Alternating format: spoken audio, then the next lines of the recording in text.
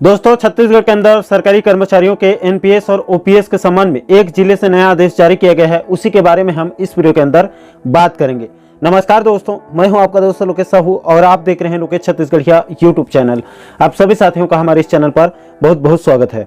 दोस्तों, ये तो आप सभी साथियों को पता है कि सरकार ने अभी हाल ही में बीते 8 से 10 दिनों के अंदर अंदर कर्मचारियों के एनपीएस और ओपीएस को लेकर 3-4 अलग अलग आदेश जारी कर दिया है, जिसको हम अपने पिछले वीडियोस में बात कर चुके हैं। इसीलिए दोस्तों, उन पुराने अपडेट को फिर से दोहराकर आपका ज्यादा समय में लेना नहीं चाहता हूं।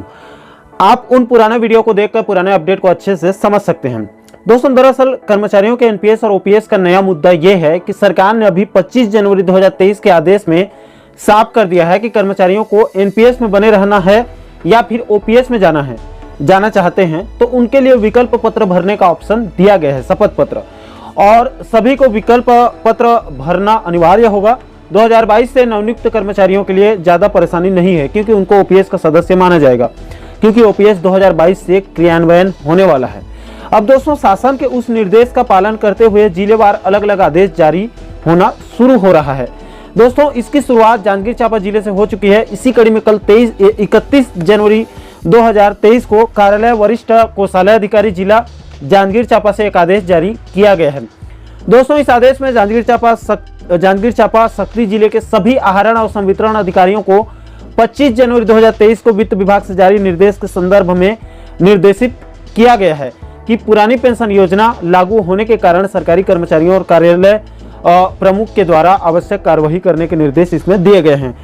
दोस्तों, इस आदेश में यहाँ पर कहा गया है कि दिनांक 1 नवंबर 2004 से 31 मार्च 2022 के बीच नियुक्त हुए सरकारी कर्मचारियों के लिए पुरानी पेंशन योजना का लाभ लेने या फिर एनपीएस में बने रहने के विकल्प का प्रावधान दिया गया है। उसी का पालन करते हुए सरकारी कर्मचारियों के द्वारा इस निर्देश के जारी होने के दिनांक से 1 महीने के भीतर निर्धारित प्रपत्र में विकल्प भरकर कार्यालय प्रमुख को प्रस्तुत करने के बाद कार्यालय प्रमुख के द्वारा उस विकल्प एवं सहमति पत्र को सरकारी कर्मचारियों के सर्विस बुक में जो है वो इंटरेट किया जाएगा।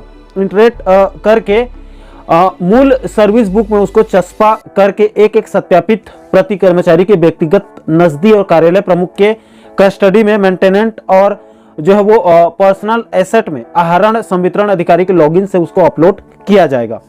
इसके बाद दोस्तों, आगे आप एनपीएस और ओपीएस के विकल्प पत्र यानी कि शपथ पत्र को भी अच्छे से समझ लीजिए। दोस्तों, सबसे पहले आप एनपीएस में बने रहने वाले विकल्प पत्र को देखिए। इस शपथ पत्र को वो कर्मचारी भर के जमा करेंगे जो एनपीएस में बने रहना चाहते हैं। इसके बाद दोस्तों, इस शपथ पत्र को वो कर्मचारी भरेंगे जो ओपीएस यानी कि पुरानी पेंशन योजना में जाना चाहते हैं। उनको इस शपथ पत्र को भरकर जमा करना होगा। लेकिन दोस्तों, ओपीएस के शपथ पत्र में कुल 6 नियम और शर्तें हैं जिसको आपको पालन करना बहुत जरूरी है। अगर आप इन शर्तों का पालन नहीं करेंगे तो हो सकता है कि आपको ओपीएस के लाभ से बाहर कर दिया जाएगा। पहली शर्त है कि आपको पुरानी पेंशन योजना के दिशा निर्देश मान्य है और आपके द्वारा किसी प्रकार का अतिरिक्त वित्तीय दावा राज्य सरकार से नहीं किया जाएगा। दूसरी शर्त, एनपीएस खाते में जमा शासकीय अंशदान और उस पर अर्जित लाभांश की राशि को राज्य सरकार के कोष में जमा करना होगा, तभी आपको ओपीएस का लाभ मिलेगा। और मान लो उस राशि में भी कमी हो गई तो उस कमी की भरपाई आपको मिलने वाले अन्य लाभ जैसे कि डेथ कम रिटायरमेंट बेनिफिट, इसके अलावा अवकाश नकदीकरण यानी कि लीव इनकैशमेंट और साथ ही साथ ग्रुप इंश्योरेंस स्कीम, इन सभी के अंतर्गत मिलने वाली राशि से सरकार भरपाई करेगी। तीसरी शर्त, मान लो एनपीएस खाते में जमा आपके अंशदान की राशि किसी भी स्थिति में प्राप्त नहीं होने की स्थिति में आपके द्वारा राज्य सरकार से इसका कोई दावा नहीं किया जाएगा। इस शर्त को भी आपको माननी पड़ेगी। चौथी शर्त, एनपीएस के अंतर्गत आपके वेतन से की जा रही 10% की अंशदान की कटौती अप्रैल 2022 से समाप्त हो गई है, क्योंकि अप्रैल 2022 से ओपीएस को लागू किया गया है। तो इसमें आपके 10% कटौती अप्रैल 2022 से समाप्त हो गई है और सामान्य भविष्य निधि के प्रावधान के अनुसार आपको प्राप्त होने वाले मूल वेतन से सीजीपीएफ की कटौती सीजीपीएफ खाते में जमा की जाएगी और यह शर्त भी आपको मंजूर है। पांचवी शर्त, वित्त विभाग के द्वारा योजना के अंतर्गत लेखा संधारण विनियम एवं प्रक्रिया के संबंध में अलग से दिशा निर्देश जारी किया जाएगा और पुरानी पेंशन बहाल करने के क्रम में किसी भी भ्रांति या कोई कंफ्यूजन उत्पन्न होने पर वित्त विभाग के द्वारा सक्षम प्राधिकार से अनुमोदन प्राप्त कर आवश्यक दिशा निर्देश या स्पष्टीकरण जारी किया जाएगा और उसको भी आपको मान्य होगा, उसको भी आप मना नहीं कर सकते हैं। छठवीं शर्त है, आपके द्वारा दिया गया ओपीएस का विकल्प फाइनल है और इसको बाद में नहीं बदला जा सकता है। तो दोस्तों आपको ओपीएस का लाभ चाहिए तो इन 6 शर्तों को खुशी खुशी स्वीकार करके फॉर्म को भरकर जमा करना होगा। दोस्तों आप लोगों ने इस वीडियो के माध्यम से इस आदेश को अच्छे से समझ गए होंगे। अब दोस्तों आपको मैं जाते जाते मेरी राय या फिर ओपिनियन देना चाहता हूं। सबसे पहले तो जांजगीर चांपा और शक्ति जिले के कर्मचारियों को मैं अपनी राय दे दूं, क्योंकि यह आदेश उन्हीं जिलों के कर्मचारियों के लिए जारी किया गया है।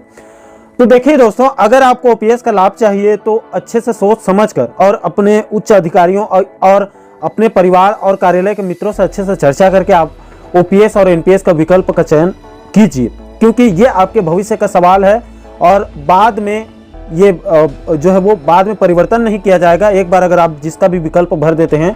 इसलिए इस पर सोच समझकर आपको डिसीजन लेना है। और दूसरे नंबर पर बाकी जिलों के कर्मचारियों को जहां से अभी तक ऐसे आदेश जारी नहीं किया गया है, लेकिन धीरे धीरे बाकी जिलों से भी जारी होने वाला है, तो आप लोगों को भी बिल्कुल भी जल्दबाजी नहीं करनी है, क्योंकि 1 महीने का समय दिया जाएगा। और वैसे भी एनपीएस और ओपीएस को लेकर कई बिंदुओं पर कर्मचारी और शिक्षक नेताओं को आपत्ति है। इसलिए स्थिति परिस्थिति बिल्कुल साफ होने दीजिए। साफ होने के बाद ही आप फॉर्म भरकर जमा करें, तो यह आपके भविष्य के लिए अच्छा होगा। बाकी दोस्तों आपको क्या करना है क्या नहीं करना है यह आप मुझसे बेहतर जानते हैं। और दोस्तों इसका जो पूरा पीडीएफ है वो हमारे टेलीग्राम चैनल पर अपलोड कर देंगे। आप चाहें तो आप वहां से डाउनलोड करके बारीकी से आप अच्छे से अध्ययन कर सकते हैं। बाकी दोस्तों इस पूरे मुद्दे पर एनपीएस और ओपीएस के विकल्प पर आपकी क्या राय है, आप नीचे कमेंट सेक्शन में अपनी प्रतिक्रिया जरूर दीजिएगा। और आप आगे भी एनपीएस ओपीएस जैसे महत्वपूर्ण मुद्दों पर वीडियो देखना चाहते हैं तो हमारे चैनल को आप सब्सक्राइब जरूर कर लीजिए, ताकि आने वाले सभी नए वीडियो का नोटिफिकेशन आप लोगों तक तुरंत पहुंच सके। दोस्तों इस वीडियो में फिलहाल अभी के लिए इतना ही। मुझे दीजिए इजाजत। मैं मिलता हूं आपसे एक और महत्वपूर्ण मुद्दे के साथ, महत्वपूर्ण टॉपिक के साथ। तब तक के लिए जय हिंद, जय छत्तीसगढ़।